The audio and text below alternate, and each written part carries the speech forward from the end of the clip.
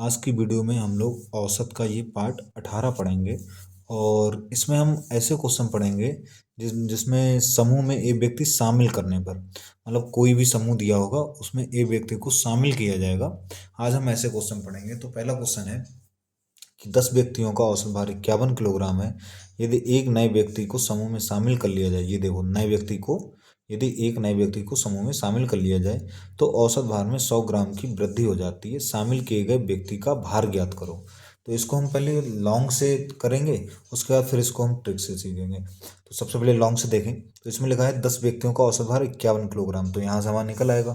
सही है, क्या दिया है? 10 व्यक्तियों का 10 व्यक्तियों का औसत भार, 10 व्यक्तियों का औसत भार जो है, 10 व्यक्तियों का औसत भार हमारे लिए दिया है। कितना दिया है? 51 किलोग्राम दिया है। तो 10 व्यक्तियों का औसत भार 51 किलोग्राम है। तो इन 10 व्यक्तियों का कुल भार निकल आएगा, वो हमें मालूम है।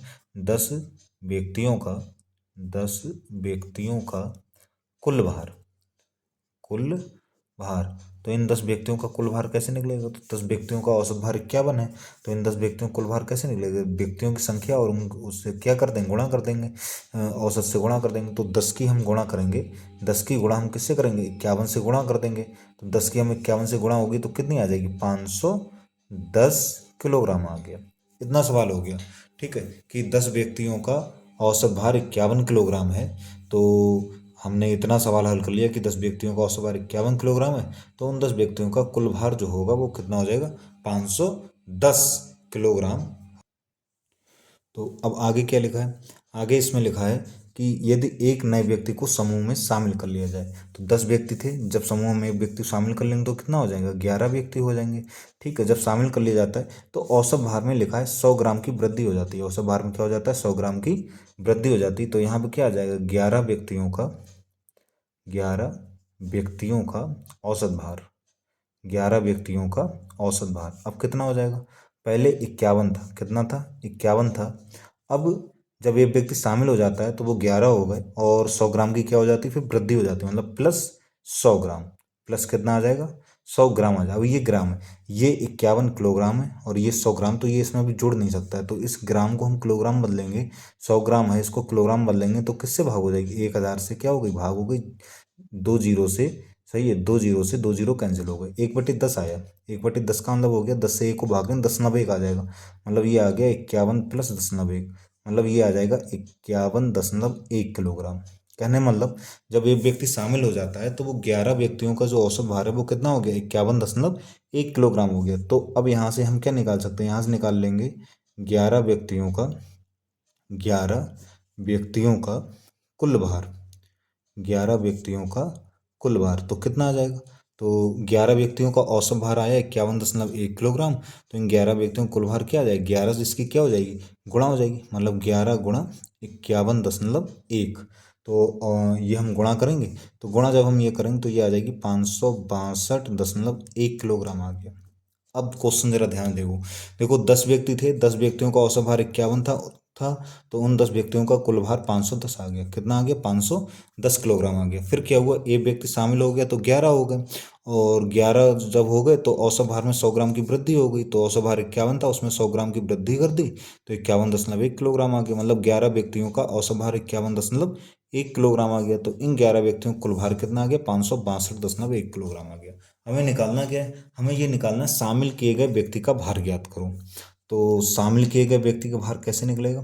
शामिल किए गए किए गए व्यक्ति का भार, शामिल किए गए व्यक्ति का भार, व्यक्ति का भार कितना आ जाएगा? तो देखो 10 व्यक्तियों का कुल भार 510, 10 व्यक्तियों का कुल भार कितना आ गया? 510। और जब एक शामिल हो गए तो 11 हो गए, तो 11 व्यक्तियों का कुल भार, 11 व्यक्तियों का कुल भार आ गया 562.1 किलोग्राम। तो हमें बताना शामिल जो व्यक्ति हुआ उसका भार क्या होगा। तो हम क्या करें? हम 11 व्यक्तियों के कुल भार में से 10 व्यक्तियों का कुल भार घटा दें। मतलब कहने का यह है कि 562.1 में से घटा दो -510, ये घटा देंगे तो हमारा वही शामिल किए गए व्यक्ति का भार आ जाएगा। तो ये घटा लो, घटाएंगे तो ये आ जाएगा 52.1 किलोग्राम। यही हमारा क्या हो जाएगा? यही हमारा आंसर हो जाएगा। तो ये पूरा इसका लॉन्ग मेथड हो गया। ठीक है, तो अब हम इसको शॉर्ट तरीके से कैसे करें, क्योंकि पेपर हम इतना लिख के थोड़ी करेंगे। तो हम चाहें तो इस लॉन्ग को ही जो हमने लॉन्ग किया इसी से हम इसको शॉर्ट कर सकते हैं। कैसे, क्योंकि मैंने अब सब कुछ समझा चुका हूँ, तो हम इतना सब ना लिख के इसको ऐसे ही सीधे कर लें। किस तरीके से, इस तरीके से भी तो कर सकते हैं, हम कुछ लिखने की हमें ज़रूरत ही नहीं है। कैसे करेंगे, तो इसमें लिखा है कि 10 व्यक्तियों का औसत भार 51 किलोग्राम। तो हम सीधे इस तरीके से सवाल कर लेंगे, 10 व्यक्तियों का औसत भार कितना है। 10 व्यक्तियों का औसत भार जो है वो कितना, 51 किलोग्राम है। कितना, 51 किलोग्राम। तो कुल भार कितना हो जाएगा, 10 51 गुणा हो गई, कितना आ गया, 510 आ गया। ठीक है। अब क्या लिखा है, यदि एक व्यक्ति शामिल हो जाए तो 10 की जगह कितना हो गए, 10 की जगह 11 हो गए। 11 व्यक्ति जब हो जाते हैं तो क्या होता है, उसमें लिखा है 11 व्यक्ति जब होते हैं तो औसत भार में 100 ग्राम की वृद्धि हो जाती है। तो औसत भार 51 था, 100 ग्राम की वृद्धि हो जाती है। तो इस 100 ग्राम को हम किलोग्राम में बदल लेंगे। तो पहले ही बदल लेंगे, 100 ग्राम है, किलोग्राम बदलने के लिए क्या होगा, 1000 से भाग हो जाएगी। दो जीरो दो जीरो कैंसिल, 1/10, 1/10 का मतलब आ गया 10.1, और 10.1 का मतलब कितना हो गया, 51.1। मतलब वही सब है जो हमने यहाँ पे हल किया है। ठीक है, बस कैलकुलेशन हमारी अच्छी होनी चाहिए तो आराम से हो जाएगा। तो 11 व्यक्तियों का कुल भार कितना हो जाएगा, 11 और 51.1 की गुणा करेंगे कितना आ जाएगा, 562.1 आ जाएगा। बस हो गया सवाल हमारा। 10 व्यक्तियों का कुल भार 510 है, एक व्यक्ति शामिल हो जाता है तो 11 व्यक्ति हो गए। तो 11 व्यक्तियों का कुल भार कितना हो जाता है, 562.1 हो जाता है। तो हमसे पूछा शामिल किए गए व्यक्ति का भार ज्ञात करो।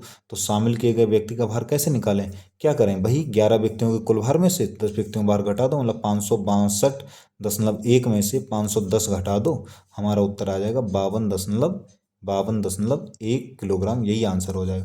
बस इतना सा सवाल है, इतना सा सवाल है, इतना हमने ये पूरा लिख के बताया। और इसको चाहें तो हम शॉर्ट तरीके, लेकिन ये तभी हम कर सकते हैं जब हमारे लिए सब बात समझने में अच्छी तरीके से आई हुई हो कि क्वेश्चन क्या कह रहा है, और उसकी कैलकुलेशन हमारी अच्छी हो इस तरीके। या फिर एक ट्रिक भी है, ट्रिक भी है, इससे भी हम कर सकते हैं। बस ट्रिक क्या होती है, हमें याद करनी पड़ जाती हैं, वरना बढ़िया मेथड ही है ये। तो ट्रिक क्या है वो ज़रा ध्यान से हम लो। अगर व्यक्ति शामिल किया जाए, शामिल किए गए व्यक्ति का भार, अच्छा भार की जगह उम्र भी हो सकता है, कुछ भी हो सकता है। शामिल किए गए व्यक्ति का भार, शामिल किए गए व्यक्ति का भार हमें निकालना है।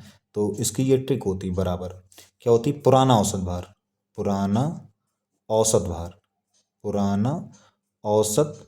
अब भार की जगह उम्र भी हो सकती, कुछ भी हो सकता है, पुराना औसत भार प्लस माइनस एन, वृद्धि कमी, वृद्धि कमी। ठीक है। अब सब समझने में आ जाएगा। तो शामिल किए गए व्यक्ति का भार हमें निकालना है, बराबर शामिल किए गए व्यक्ति, ये तो हमें निकालना ही, बराबर पुराना औसत भार। तो पुराना औसत भार जो हमें सवाल में दिया हो, क्या दिया है, लिखा है 10 व्यक्तियों का औसत भार 51 किलोग्राम है। 10 व्यक्तियों का औसत भार कितना है, 51 किलोग्राम है। तो व्यक्ति 10 हैं, उनका औसत भार कितना है, 51, मतलब पुराना औसत भार 51 हो गया। तो पुराने औसत भार जगह हम क्या लिख देंगे, 51 लिख देंगे।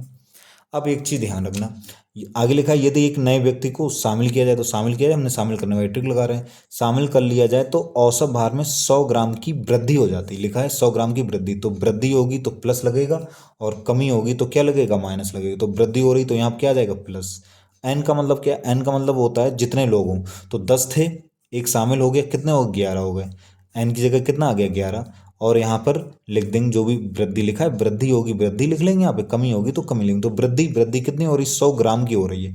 अब एक चीज़ ध्यान रखना, ये किलोग्राम में है और ये ग्राम में, तो इसको हम क्या करेंगे, 1000 से भाग कर देंगे, 2 जीरो से 2 जीरो कैंसिल हो गए।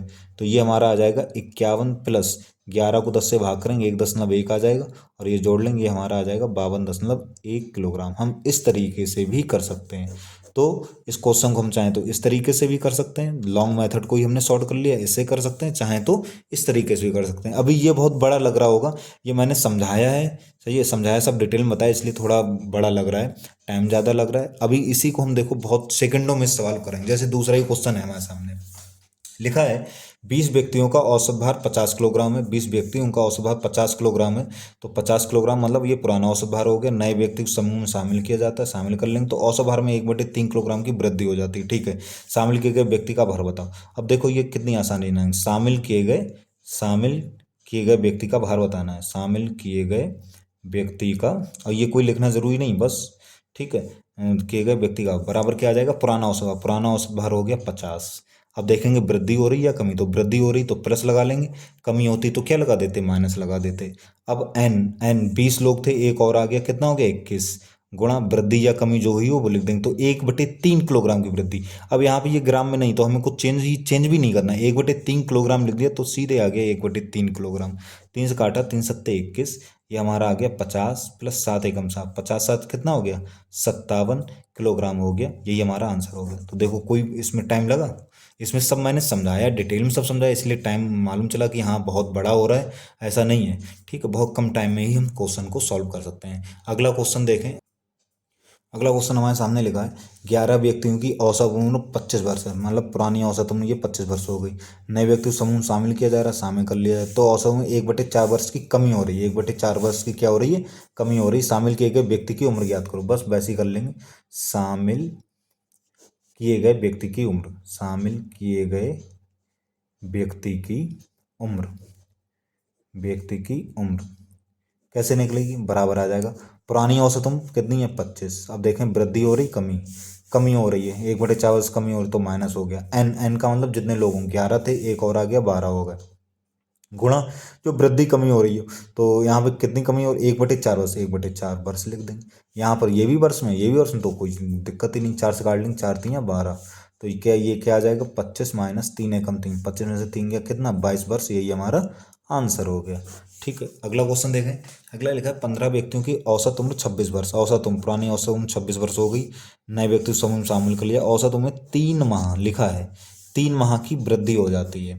तो शामिल किए गए व्यक्ति की उम्र ज्ञात करो, तो ये आ जाएगा शामिल किए गए, शामिल किए गए, किए गए व्यक्ति की उम्र, व्यक्ति की उम्र, व्यक्ति की उम्र क्या आ जाएगी, पुरानी औसत उम्र 26 हो गई, वृद्धि हो रही, कमी, तो 3 वर्ष, 3 माह की वृद्धि हो रही, तो प्लस आ गया। एन जगह 15 थे, एक शामिल हो गया, 16 हो गए। अब एक चीज़ ध्यान रखना है, यहाँ पे ये 3 माह लिखा है, 3 माह की वृद्धि, ये वर्ष में, ये माह में, तो ये हम सॉल्व भी नहीं कर सकते हैं, इसको भी वर्ष में चेंज करो। 16 गुणा, अब 3 महीने को हम वर्ष में चेंज करेंगे तो क्या हो जाएगा, किससे भाग हो जाएगी 12 से, 3 चौक 12, 4 से काटेंगे, 4 चौक 16, और 26 प्लस 4, 26 प्लस 4, 26 4 कितना हो गया 30 वर्ष। यही हमारा क्या हो जाएगा, यही हमारा आंसर हो जाएगा। ठीक है, अगला क्वेश्चन देखें। अगला क्वेश्चन देखें, बहुत ही इंपॉर्टेंट क्वेश्चन है। लिखा है 30 छात्रों की औसत आयु 9 वर्ष है। 30 छात्र हैं, उनकी औसत आयु कितनी, 9 वर्ष, मतलब पुरानी औसत आयु 9 वर्ष हो गई। यदि अध्यापक की आयु भी सम्मिलित कर लिया, मतलब अध्यापक आयु शामिल कर ली जा रही, तो औसत आयु कितनी हो जाती, 10 वर्ष हो जाती है। औसत आयु कितनी हो जाती है, 10 वर्ष हो जाती है। अध्यापक की आयु कितनी है, तो अध्यापक की आयु, अध्यापक की आयु, तो अध्यापक की हम आयु निकालेंगे, बराबर क्या आ जाएगा, पुरानी औसत आयु। पुरानी औसत आयु कितनी हो जाएगी 9 वर्ष, क्योंकि 30 तो छात्र हैं, तो 9 वर्ष हो गई पुरानी औसत आयु। अब क्या लिखेंगे यहाँ पे, वृद्धि होगी तो प्लस लगाते हैं, कमी होती तो माइनस लगाते हैं। तो औसत आयु 9 वर्ष थी, अध्यापक की आयु सम्मिलित कर ली जाए तो औसत आयु 10 वर्ष हो गई, मतलब 9 थी, 9 से कितनी होगी 10 वर्ष होगी, तो वृद्धि हो रही, तो वृद्धि हो रही थी, कितना आ जाएगा प्लस। ठीक है, ध्यान से देखते रहो। अब कुल संख्या कितनी, 30 थे, एक अध्यापक शामिल कर लिया, कितने हो गए 31 हो गए, गुणा, यहाँ आप क्या लिखते हैं, वृद्धि हो रही, वृद्धि लिखेंगे, कमी होगी तो कमी लिखेंगे। तो वृद्धि हो रही, वृद्धि कितनी हो रही, तो 30 छात्रों की औसत आयु 9 वर्ष थी, यदि अध्यापक की आयु सम्मिलित कर ली जाए तो औसत आयु 10 वर्ष हो जाती है। तो ये गलती यहाँ मत करना, ये औसत आयु 10 वर्ष हो जाती है, ये 10 वर्ष वृद्धि नहीं हो रही है। पिछले क्वेश्चन हमने जितने किए उसमें साफ साफ यहाँ लिखा होता था कि 10 वर्ष की वृद्धि हो रही है, या 3 माह की वृद्धि हो रही है, या 1/4 वर्ष की वृद्धि हो रही है। यहाँ पे वृद्धि नहीं हो रही, यहाँ पे लिखा है औसत आयु 10 वर्ष हो जाती है। पहले 9 थी, अब 10 वर्ष हो जाती, तो वृद्धि कितने हुई, पहले 9, 30 छात्रों की औसत आयु 9 वर्ष थी, अध्यापक शामिल कर लिया तो औसत आयु 10 वर्ष हो गई। 10 की वृद्धि नहीं हुई, 10 वर्ष हो गई, तो 9 से 10 हो गई, 9 से कितनी हो गई, 9 से 10 हो गई, 1 की वृद्धि हुई है, 1 वर्ष वृद्धि, तो यहाँ पर 1 आएगा, ये ध्यान रखना। तो यह आ जाएगा 9 प्लस 31 एकम 31, 31 9 कितना हो गया 40 वर्ष, मतलब जो टीचर है वो कितने साल का है, अध्यापक की उम्र हमारी 40 वर्ष है। लास्ट क्वेश्चन देखें।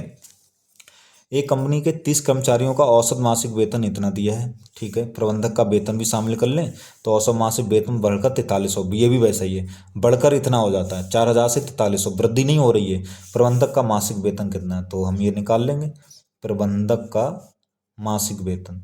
तो प्रबंधक शामिल किया जा रहा है तो उसी से हमारा हो जाएगा सवाल ये। मासिक वेतन बराबर क्या लिखेंगे, बराबर लिखेंगे पुराना औसत मासिक वेतन कितना है, 4,000। अब वृद्धि हो रही कि कमी हो रही, 4,000 से 4,300, तो वृद्धि हो रही। कितने लोग, 30 थे, एक प्रबंधक शामिल हो जाए 31 हो जाएंगे, गुणा वृद्धि कितने हो रही ये देखो, 4,000 से 4,300 हो रहा है, 4,300 की वृद्धि नहीं हो रही, 4,300 हो जा रहा है, तो 4,000 से 4,300 हो रहा है, इसका मतलब कितने वृद्धि हो रही, 300 की वृद्धि हो रही। तो इसे हल कर लेंगे, ये आ जाएगा 4,000 प्लस, ये हम हल करेंगे, दो जीरो हैं, 3 एकम 3, 3 तिया 9, और इसको जोड़ लो तो ये आ जाएगा 13,000, 13,300 रुपये। मतलब प्रबंधक की आय मासिक वेतन जो है, प्रबंधक का मासिक वेतन जो है वो कितना हो जाएगा, 13,300 रुपये हो जाएगा। यही हमारा आंसर हो जाएगा। तो आशा करता हूँ सबको अच्छे से समझने में ये प्रश्न आ गए होंगे।